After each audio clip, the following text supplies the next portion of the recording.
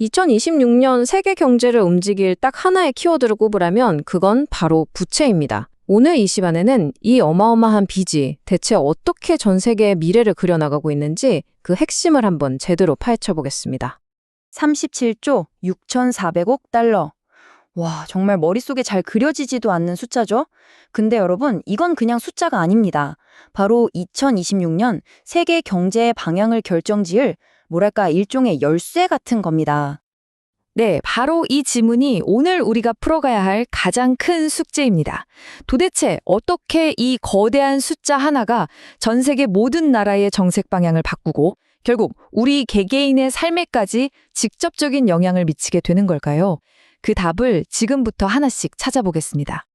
자, 그럼 본격적으로 한번 들어가 보죠. 모든 이야기의 출발점은 바로 여기입니다. 미국이 짊어지고 있는 이 37조 달러가 넘는 막대한 국가 부채. 여기서부터 모든 게 시작됩니다. 지금 보시는 것처럼 미국의 국가 부채가 그야말로 기하급수적으로 늘어났습니다.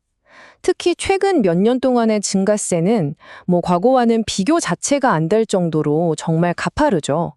이건 그냥 빚이 좀 늘었네 이 수준이 아니라 경제의 구조 자체가 바뀌고 있다는 아주 중대한 신호라고 봐야 합니다. 여기서 잠깐 많은 분들이 좀 헷갈려 하시는 부채랑 적자의 차이를 간단하게 짚고 넘어갈게요. 적자는 딱 올해 정부가 번 돈보다 쓴 돈이 더 많아서 생긴 마이너스고요. 부채는 역사상 쌓여온 모든 적자를 전부 다 합친 총 금액을 말하는 겁니다. 이걸 욕조에 비유하면 이해가 아주 쉬워요. 매년 새로 붓는 물이 적자라면 이미 욕조를 가득 채우고 있는 이 물 전체가 바로 부채인 거죠. 그리고 지금 미국의 욕조는 물이 거의 넘치기 직전인 상황입니다. 한번 상상해 보세요. 아무것도 안 하고 그냥 이 빚에 대한 이자로만 매년 1조 2,800억 달러가 나가는 거예요. 우리 돈으로 계산하면 약 1,850조 원이 그냥 사라지고 있다는 뜻입니다. 이 돈이면 웬만한 나라의 1년치 예산을 훌쩍 뛰어넘는 정말 어마어마한 규모죠. 물론 미국도 이 상황을 그냥 넋놓고 보고만 있는 건 아닙니다. 이 엄청난 부채에 맞서기 위해서 일종의 부채와의 전쟁을 시작했는데요. 과연 워싱턴은 어떤 전략들을 펼치고 있는지 한번 살펴보겠습니다. 미국 정부의 전략은 크게 4가지로 요약할 수 있습니다. 첫째, 다른 나라 물건에 관세를 매겨서 정부 수입을 늘리고요. 둘째, 해외에 나갔던 공장들을 다시 미국으로 불러들여서 세금을 더 걷는 거죠. 셋째, 정부가 가진 땅이나 건물 같은 자산을 팔아서 현금을 확보하고 마지막으로 외국 자본을 계속 끌어들여서 미국 국채를 사게 만드는 겁니다. 사실 이 모든 복잡한 전략들은 딱 2가지 핵심 목표를 향하고 있습니다. 바로 저금리와 약달러예요. 금리를 낮춰서 천문학적인 이자 내는 부담을 좀 줄이고 동시에 달러 가치를 떨어뜨려서 미국 제품 가격을 싸게 만들어 수출을 늘리려는 거죠. 이게 바로 미국의 큰 그림입니다. 그런데 말이죠. 이 전략이 미국의 중앙은행인 연방준비제도, 즉 연준을 아주 곤란한 상황으로 몰아넣습니다. 이름하여 스태그플레이션이라는 아슬아슬한 외줄 위에 서게 만드는 거죠. 연준이 처한 딜레마의 한쪽에는 이 고질적인 인플레이션이 있습니다. 물가 상승률이 목표치인 2%는커녕 여전히 3%대에 머물고 있거든요. 물가가 이렇게 높으니까 섣불리 금리를 내릴 수가 없는 겁니다. 근데 그 반대쪽 끝에는 아주 급격하게 얼어붙고 있는 고용시장이 있습니다. 8월에 새로 생긴 일자리가 예상치의 3분의 1 토막 수준이었고 장기 실업률은 경기 침체의 강력한 신호인 25%를 넘어섰습니다. 이러니 경기를 살리기 위해서 금리를 내려야 한다는 압박이 어마어마하게 커지는 거죠.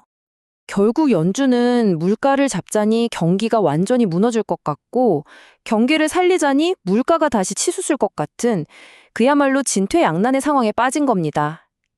이것이 바로 우리가 지금 마주하고 있는 스태그플레이션의 현실이죠. 자, 그럼 미국의 이런 복잡한 상황이 다른 나라에는 어떤 영향을 미칠까요? 지금부터는 우리나라 한국을 예로 들어서 그 파급 효과가 얼마나 빠르고 직접적으로 나타나는지 한번 살펴보겠습니다. 미국의 고금리 정책 때문에 우리나라와의 기준금리 격차가 최대 2%포인트까지 벌어졌습니다. 모든 문제의 시작은 바로 이 금리 차이에서부터 비롯됩니다. 당연한 얘기지만 이자를 더 많이 주는 달러 쪽으로 돈이 쏠리게 되고 원화의 가치는 떨어질 수밖에 없겠죠. 그 결과 환율은 치솟고 우리나라의 수입 물가 부담은 엄청나게 커지는 겁니다. 이게 왜 중요하냐면 당장 우리가 쓰는 스마트폰 부품부터 자동차 기름값까지 수입에 의존하는 모든 것의 가격이 오른다는 뜻이니까요. 자, 지금까지 우리가 살펴본 이 모든 조각들을 한번 종합해 보겠습니다. 그래서 결국 2026년의 경제는 어떤 모습일지 최종 전망을 한번 들여다보죠. 2026년의 전망을 숫자로 요약하면 바로 이 표와 같습니다. 미국과 한국의 금리, 그리고 가장 중요한 달러 원 환율의 예상 경로인데요. 여기서 핵심은 2026년 상반기와 하반기의 흐름이 완전히 달라진다는 점입니다. 이 숫자들 뒤에 숨겨진 이야기를 풀어보면 이렇습니다. 2026년 상반기까지는 연준이 여전히 물가 걱정 때문에 금리를 못 내릴 가능성이 큽니다.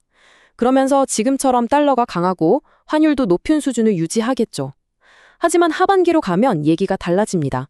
계속 나빠지는 고용 지표에 결국 연준도 버티지 못하고 금리를 내리기 시작할 거고요.